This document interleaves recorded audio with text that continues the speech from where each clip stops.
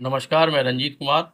पिछले वीडियो में हमने प्रश्नावली 12A के 3, 4, 5 यानी 3 से लेकर 5 तक के प्रश्नों को हल किया था। अब हम देखते हैं प्रश्न नंबर 6। प्रश्न नंबर 6 में दिया है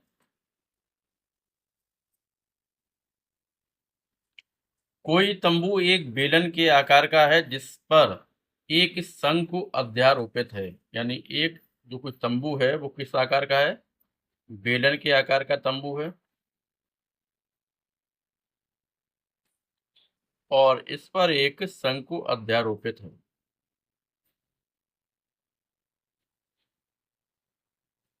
बेलनाकार भाग की ऊंचाई और व्यास क्रमशः कितने हैं? 2.1 मीटर और 4 मीटर है। यानी व्यास हमारा 2.1 मीटर है। जो बेलनाकार भाग है ये हमारा बेलनाकार भाग,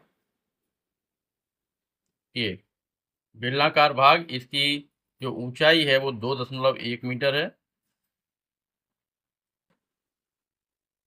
और इसका जो व्यास है वो कितना है हमारा? 4 मीटर। व्यास 4 मीटर है तो त्रिज्या कितनी होगी? 2 मीटर। तो ये त्रिज्या जो है वो 2 मीटर रह जाएगी और ये भी त्रिज्या कितनी होगी? 2 मीटर। शंकु की तिर्यक ऊंचाई, जो शंकुआकार भाग है हमारा, इसकी तिर्यक ऊंचाई हमारी 2.8 मीटर है। तो ये हो जाएगी 2.8 मीटर और ये भी 2.8। तिरछी ऊंचाई दोनों की, शंकुआकार भाग की तिरछी ऊंचाई हमारी कितनी है? 2.8 मीटर। तंबू को बनाने में प्रयुक्त कैनवास का क्षेत्रफल ज्ञात कीजिए। कैनवास यानी जो कपड़ा, जितना कपड़ा हमारा तंबू में लगा वो हमारा क्या है? कैनवास। तो उसका हमें क्षेत्रफल ज्ञात करना है। तो ये शंकुआकार भाग यानी शंकु का वक्रपृष्ठ निकालेंगे। ये बेलन, बेलन का वक्रपृष्ठ निकालेंगे। शंकु का वक्रपृष्ठ प्लस बेलन का वक्रपृष्ठ, ये वाला जो भाग है इसमें हमारा कपड़ा नहीं लगेगा क्योंकि ये हमारा भाग कहाँ रहता है? जमीन पर रहता है और इस पर कपड़ा नहीं लगता है। कपड़ा हमारा कहाँ लगेगा? ये जो ऊपर तंबू बनाने में लगा है वो, उस कपड़े का हमें क्षेत्रफल निकालना। नीचे हमारा क्या होगा? ये जो वृत्ताकार भाग है ये हमारा जमीन होगी और जमीन पर कपड़ा नहीं होगा। तो क्या करेंगे हम? शंकु का वक्रपृष्ठ प्लस बेलन का वक्रपृष्ठ दोनों को जोड़ देंगे और जो क्षेत्रफल आएगा वो उसमें लगे कैनवास का क्षेत्रफल होगा। और 500 रुपये प्रति वर्ग मीटर की दर से इसकी हमें लागत ज्ञात करनी है। तो जो भी क्षेत्रफल आएगा उसमें हम 500 से गुणा कर देंगे, वो निकलेगी कैनवास को लगाने की लागत। ये लिखेंगे बेलनाकार भाग की ऊंचाई, बेलनाकार भाग की ऊंचाई h बराबर कितनी? 2.1 मीटर। बेलनाकार भाग की ऊंचाई हमारी 2.1 मीटर। इसका जो व्यास है वो कितना है? 4 मीटर। आधार का व्यास बराबर 4 मीटर। त्रिज्या r बराबर हो जाएगी 4/2। त्रिज्या आधी होगी, व्यास की आधी यानी 2 मीटर। ये बेलनाकार भाग की भी त्रिज्या होगी और शंकुआकार भाग की भी त्रिज्या होगी क्योंकि दोनों के आधार कैसे हैं? समान है। शंकु की तिर्यक ऊंचाई, शंकु की तिर्यक ऊंचाई, शंकु की तिर्यक ऊंचाई L बराबर 2.8 मीटर। अब लिखेंगे कैनवास का क्षेत्रफल, कैनवास का क्षेत्रफल बराबर बेलन का वक्रपृष्ठ या बेलनाकार भाग का वक्रपृष्ठ प्लस शंक्वाकार भाग का क्षेत्रफल।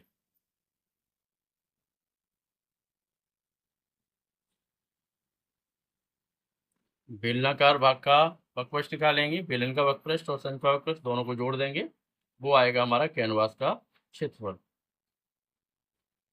बेलनाकार भाग यानी बेलन का वक्रपृष्ठ होता है हमारा 2πr/h और शंकु का वक्रपृष्ठ होता है πr/l। पाई कॉमन निकाल लेंगे, कोष्टक में 2 गुणा r का मान कितना?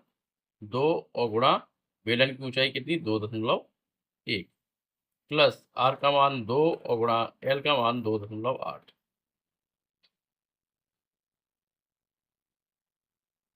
बराबर पाई का मान दिया है 3.14 या फिर रख सकते हैं 22/7, 3.14 लिख दें या 22/4, जैसा भी किताब में दिया हो।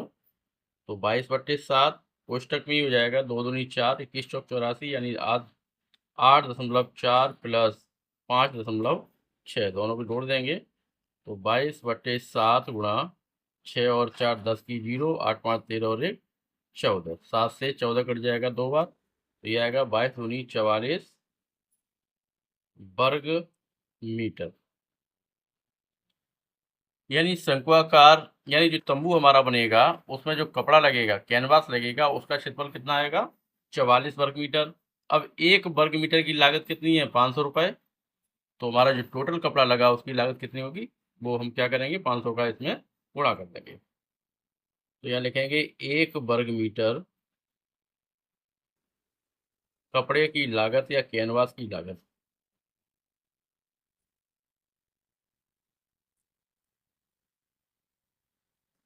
बराबर 500 रुपये।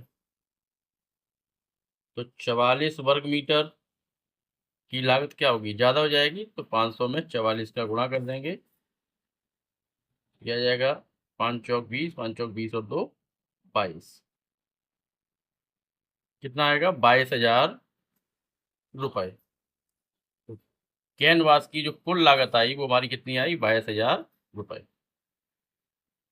प्रश्न नंबर 7 में दिया है 8.25 मीटर ऊंचाई का एक लंबवृत्तीय बेलन के आकार का टेंट है, जिसके आधार का व्यास 30 मीटर तथा ऊंचाई 5.5 मीटर है। यह एक लंबवृत्ताकार शंकु से घिरा हुआ है, जिसका आधार समान है।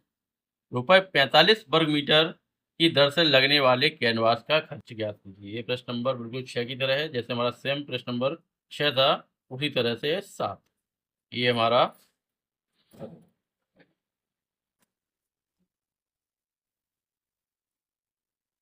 लंबवृत्तीय टेंट, ऊपर का भाग हमारा शंकुआकार,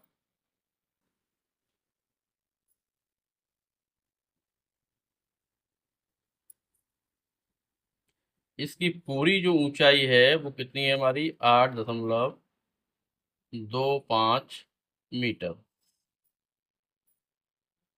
और इसके जो बेलनाकार भाग है हमारा, उसकी ऊंचाई दे रखी है बेलनाकार भाग की 5.5 मीटर।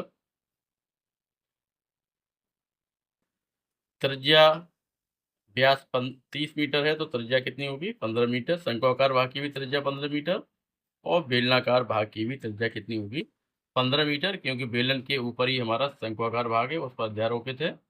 तो क्या करना, हमें कैनवास का क्षेत्रफल निकालना है। कैनवास के क्षेत्रफल के लिए क्या करेंगे, पहले हम शंक्वाकार भाग का वक्रश निकालेंगे, बेलनाकार भाग का वक्रश निकालेंगे और दोनों को जोड़ेंगे, वो हमारा होगा कैनवास का क्षेत्रफल। वो नहीं याद करें, ठीक है। बेलनाकार भाग की ऊंचाई भाग की ऊंचाई h बराबर 5.5 मीटर, आधार का व्यास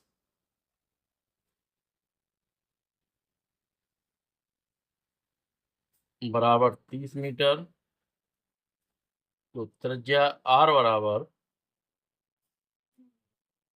व्यास की आधी होती है त्रिज्या, तो 30/2 बराबर हो जाएगी 15 मीटर।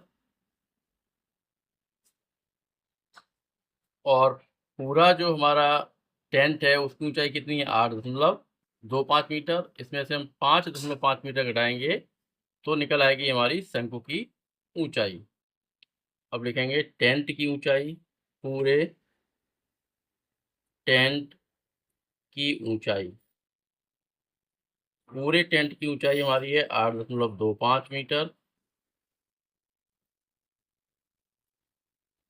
शंक्वाकार भाग की ऊंचाई बराबर टेंट की जो पूरी ऊंचाई है उसमें से बेलनाकार भाग की ऊंचाई घटा देंगे तो किसकी ऊंचाई निकल आएगी हमारी? शंक्वाकार भाग की ऊंचाई। यहाँ 0 बढ़ा दें तो 5 में से 0 घटाएंगे 5, यहाँ 2 यानी 12 में से 5 घटाएंगे कितना बचेगा? 7.5 यहाँ बचेंगे हमारे 7, 7 में से 5 घटाएंगे 2, ये बचेगा 2.75 मीटर। ये निकली हमारी शंक्वाकार भाग की ऊंचाई, ये 2.75 मीटर। ये निकल आई शंक्वाकार भाग की ऊंचाई। अब शंक्वाकार भाग का बकप्रस्थ निकालने के लिए हमें इसकी तिरछी ऊंचाई चाहिए। तो तिरछी ऊंचाई निकालेंगे, एल बराबर अंडर रूट में R square plus H square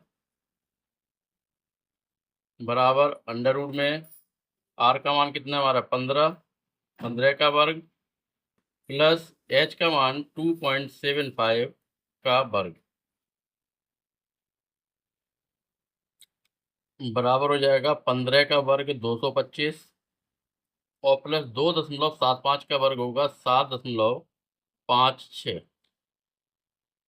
दोनों को जोड़ेंगे तो अंडर रूट में आएगा हमारा 232.56 और इसका वर्गमूल निकालेंगे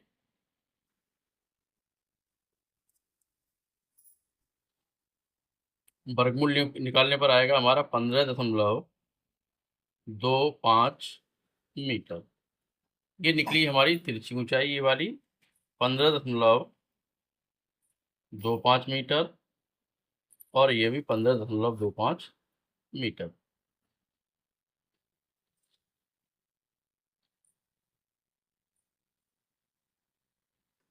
कैनवास का क्षेत्रफल निकालेंगे।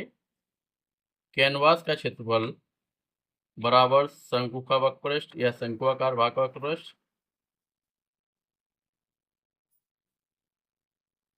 प्लस बेलनाकार भाग का वक्रपृष्ठ या बेलन का वक्रपृष्ठ। शंक्वाकार भाग का वक्रपृष्ठ प्लस बेलनाकार भाग का वक्रपृष्ठ दोनों को जोड़ देंगे। इसका जो आधार है वो हमारा कहाँ होगा, जमीन पर होगा और जमीन पर हमारा कोई कपड़ा नहीं लगता है, इसलिए आधार का क्षेत्रफल इसमें नहीं जोड़ेंगे। तो बराबर शंकु का वक्रपृष्ठ पाई आर एल प्लस बेलन का वक्रपृष्ठ 2 पाई आर एच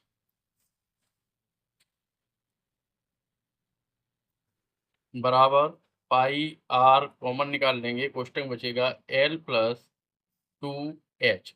आर इसलिए कॉमन, दोनों की आर त्रिज्या हमारी बराबर है तो पाई आर कॉमन आएगा, कोष्टक बचेगा एल प्लस 2h। मान रखेंगे पाई का मान 22/7 गुणा त्रिज्या हमारी कितनी 15, कोष्टक में एल का मान 15.25 प्लस 2 गुणा एच का मान कितना 5.5 बराबर हो जाएगा हमारा 22/7 गुणा 15, कोष्टक में 15.25 प्लस 5.5 में 2 का गुणा करेंगे कितना आएगा 11, तो 22/7 गुणा 15, 15.25 में 11 जोड़ेंगे तो कितना होगा 15 11 26.25।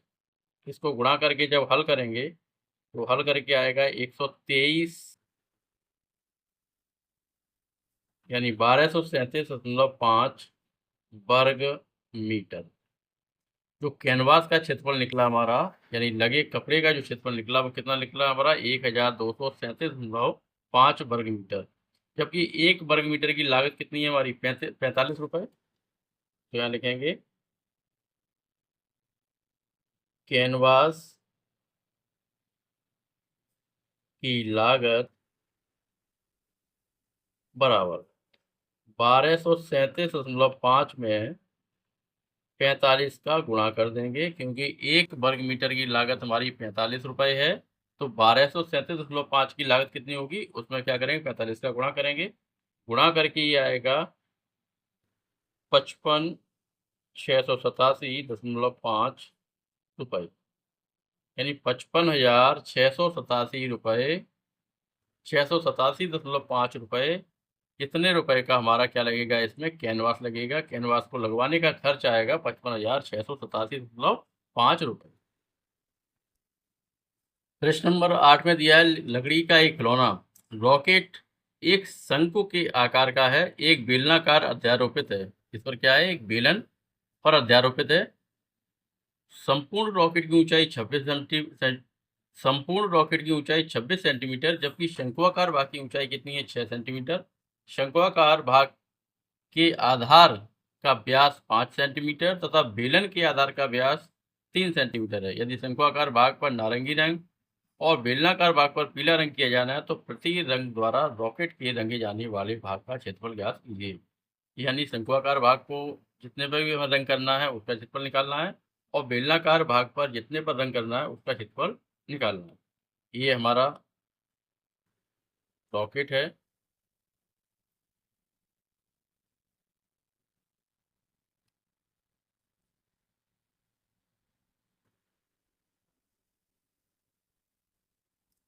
इसकी पूरे की ऊंचाई जो है हमारी कितनी है? 26 सेंटीमीटर। और शंक्वाकार भाग की जो ऊंचाई है वो कितनी है? 6 सेंटीमीटर।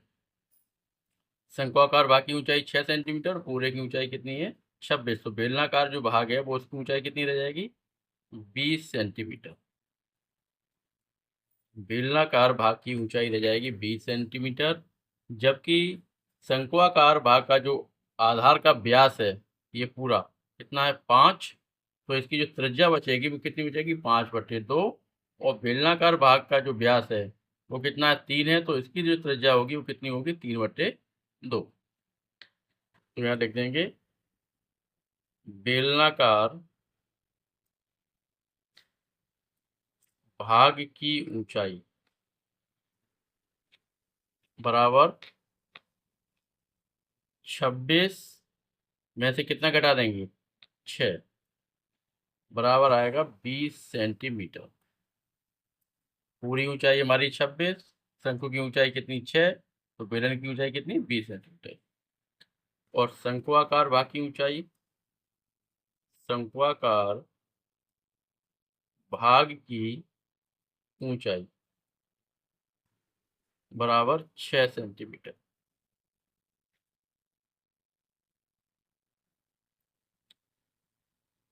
शंकु के आधार की त्रिज्या, शंकु के आधार की त्रिज्या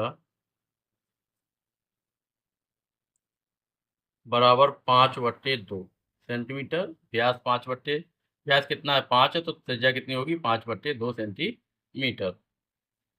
बेलन के आधार की त्रिज्या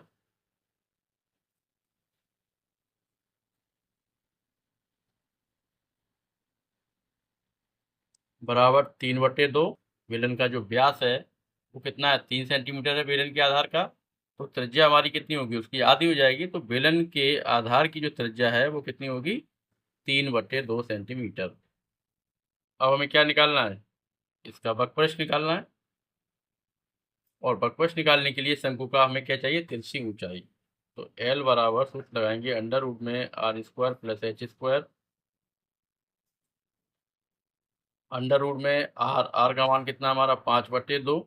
शंकु की जो त्रिज्या है वो कितनी है? 5/2। तो 5/2 का वर्ग प्लस h का मान 6, यानी 6 का वर्ग। तो बराबर अंडर रूट में आएगा 25/4 + 36। एलसीएम ले लेंगे, एलसीएम हमारा 4 हो जाएगा। तो 25 प्लस गुणा करेंगे, गुणा करेंगे कितना आएगा? 4 का हम 36 में गुणा करेंगे, आएगा 144।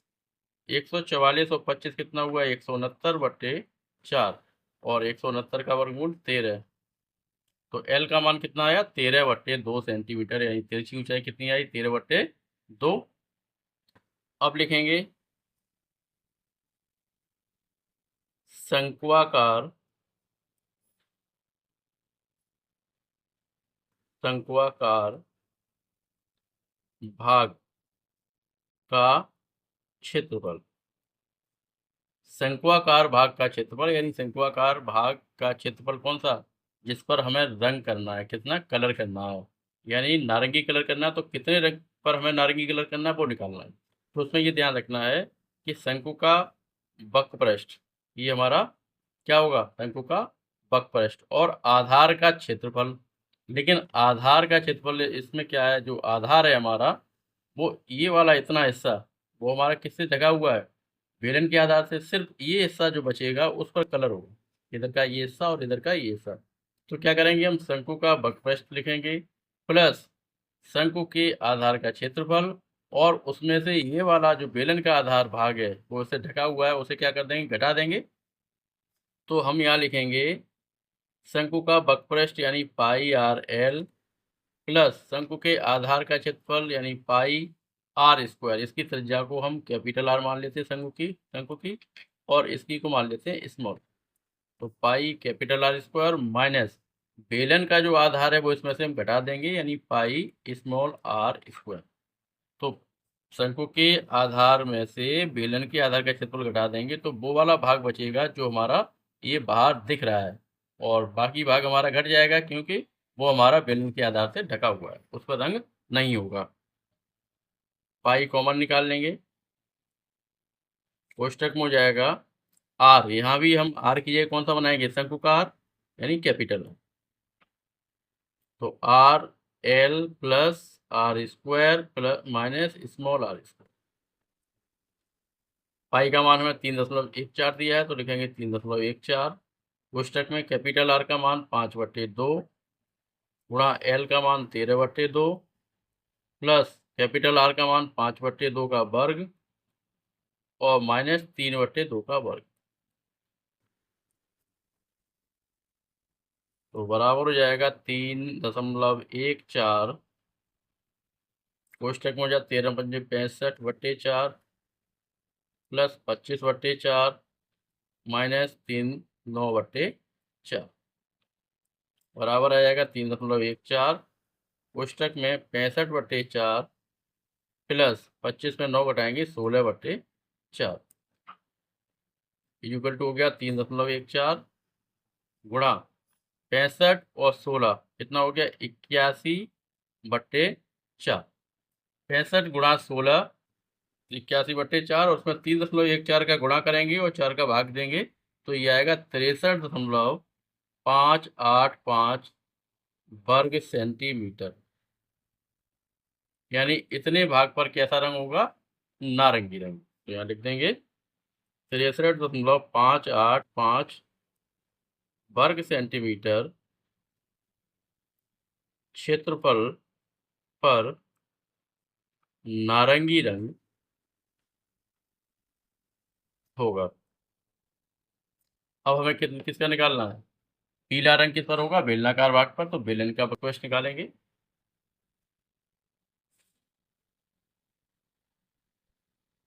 अब यहाँ लिखेंगे पीले रंग का क्षेत्रफल, पीले रंग का क्षेत्रफल बराबर बेलन का वक्रपृष्ठ, बेलन का वक्रपृष्ठ प्लस आधार का क्षेत्रफल।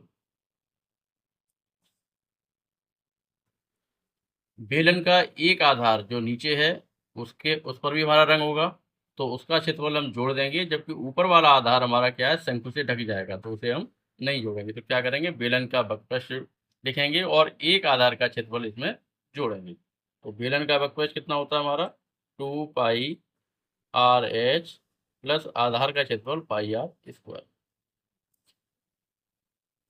इसमें से हमारा पाई कॉमन आएगा और कोष्टक बचेगा 2RH plus R square. Pi का मान 3.14, 2 गुणा आर का मान 3/2 गुणा एच का मान 20 प्लस आर का मान 3/2 का वर्ग बराबर हो गया 3.14। कोष्टक में हो जाएगा हमारा 3 दूनी 6 दूनी 12 120/2 प्लस 9/4।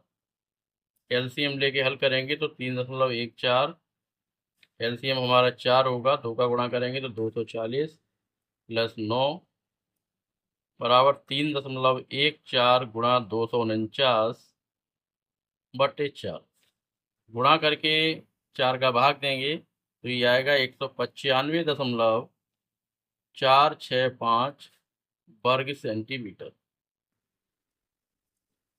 यानी 195.465 वर्ग सेंटीमीटर पर क्या होगा, पीले रंग का कलर होगा, इतने क्षेत्रफल पर पीले रंग का कलर होगा।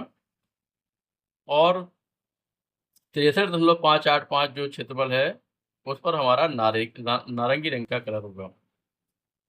प्रश्नावली के बाकी के प्रश्नों को हम अगले वीडियो में हल करेंगे। अगर ये वीडियो आपको पसंद आए तो चैनल को सब्सक्राइब करें, वीडियो को लाइक और शेयर करें। मिलते हैं अगले वीडियो में, तब तक के लिए धन्यवाद।